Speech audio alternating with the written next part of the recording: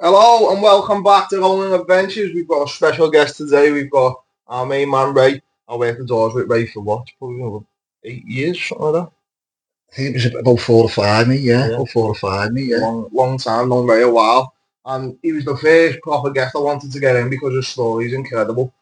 And it links into everything we're trying to do off the gym.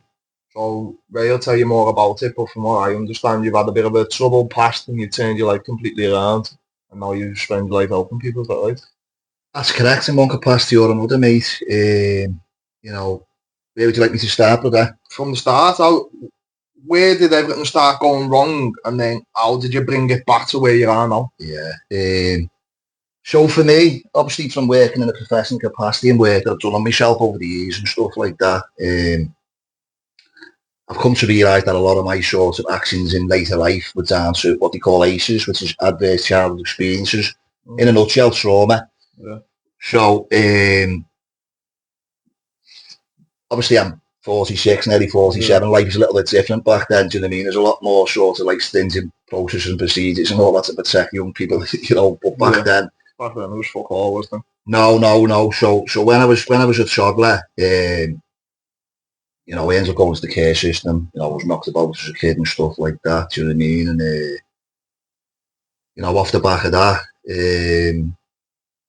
life led me down the garden path a little bit, mate. So obviously I was experiencing going into a children's home, estranged from my family.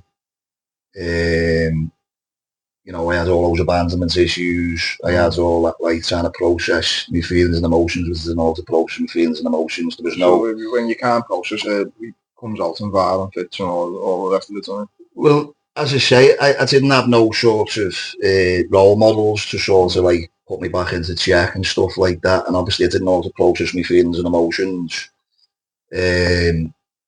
So someone who perhaps bullied to begin with, because it was a little bit different. It was in a kid's home and stuff like that. You hear it time and time again on these podcasts and stuff like that. Not in all cases, but often people who are bullied become the bully. And so on and so forth and stuff like that. You always find the little shit who come to class who start trying to throw the weight about 9 times out of 10. That's what learned behaviour, what they find on their own. So in most cases, out themselves, it's just learned behaviour. You know what I mean? When a kid comes in and they're acting and blinding, and you just got a bad language on, they're just repeating what they see. They don't know anything. That's what they're seeing at home. If that's what they're used to, that for them is their normal, and they just carry that on. Yeah, so as I say, with myself and stuff like that, I always felt a little bit different. So I didn't have the sort of family sort of environment wrapped around me. Lived in a children's home, coming from an area where I was in Liverpool, and then I got moved to Southport. So straight away, I'm different to everybody else. So I'm standing out like a sore thumb. So the battle's begun at such an early age. Do you know what I mean? But as I say, there wasn't all these great things like what you and your dad are providing and stuff like that. Do you know what I mean?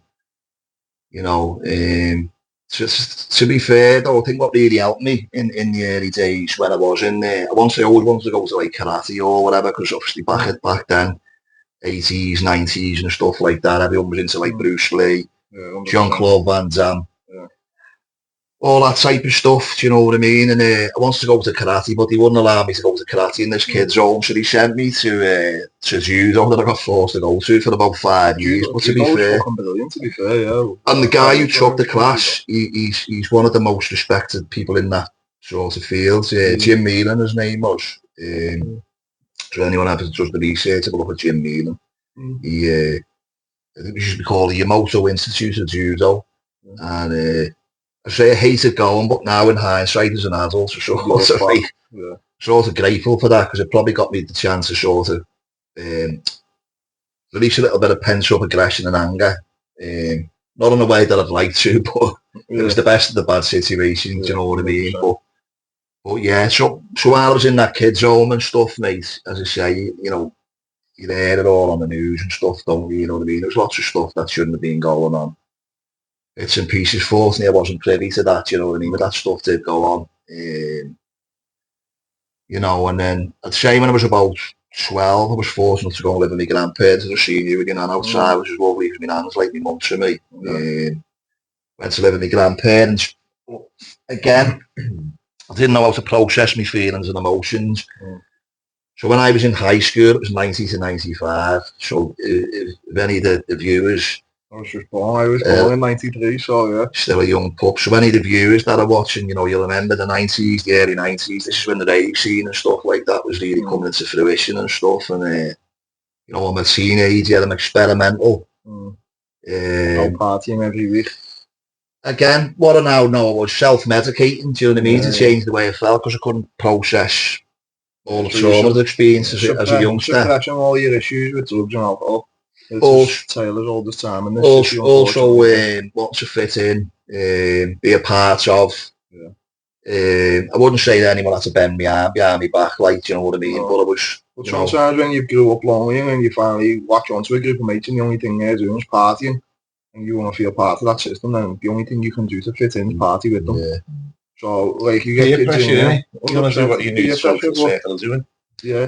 Again, no, you know, wasn't one of them where I needed like to find a group of friends to fit. I was always like a popular kid, mate, and I think like, you know, what I realised as well, I used to use my sense of humour to sort of combat situations and scenarios, you know, the class clown or someone who's acting the bollocks and stuff like that, do you know what I mean? People are laughing with them, do you know what I mean? And we can hide a little bit under that banner, can't you? Do you know what I mean? So that's always shared me well, do you know what I mean? Clown thing, you know what I mean? You're making everyone else laugh to hide your pain.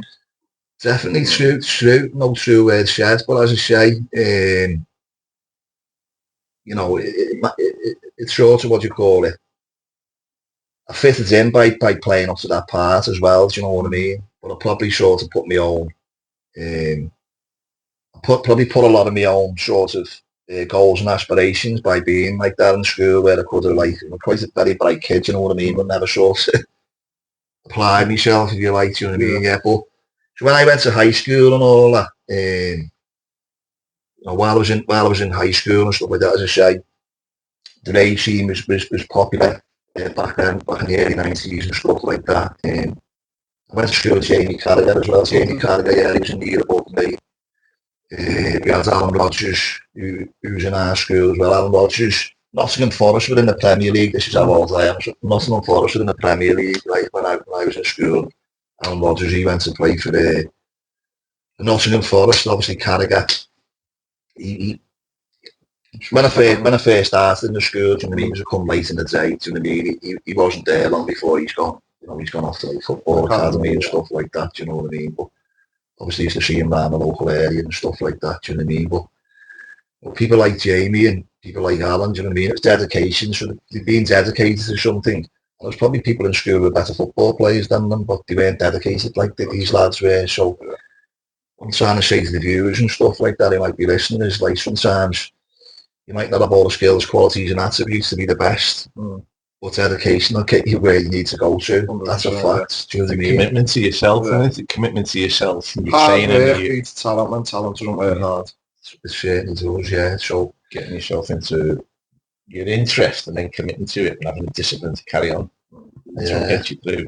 Yeah, so as I say, went a little bit off track there, but going back to, I was just trying to get you into the pitch of the school I went to. I mean, I went to Salesian, really popular school. Well, the school, as I say, 90 to 95, the rave scene.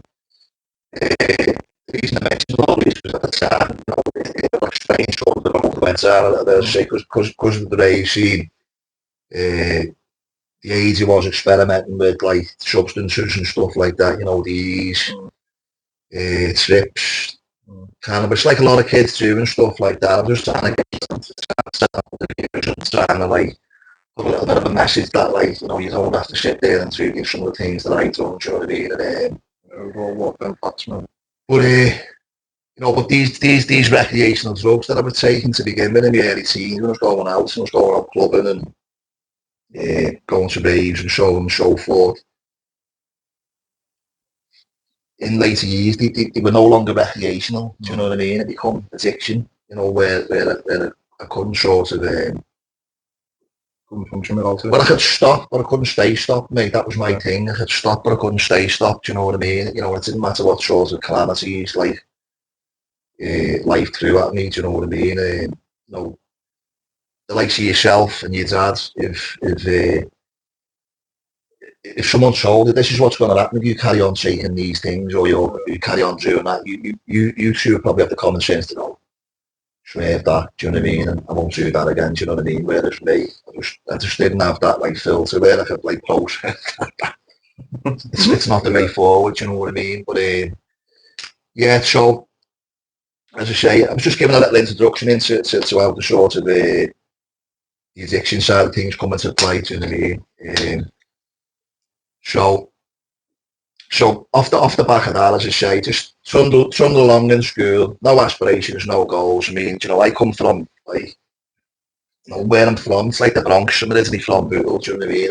And when I was growing up, people didn't have aspirations and goals to become, you know, policemen, firemen, you know, work in the fire service, yada yada yada. Do you know what I mean? People like myself, I'd be seeing grafters driving past, you know, just to show me age again. If you drive, well, back then, you know what I mean? It was all like XR3Is and XR2s and all that, you know what I mean? Show me there, like, but Sierra Cosworths and stuff like that, you know what I mean? And you'd see, um,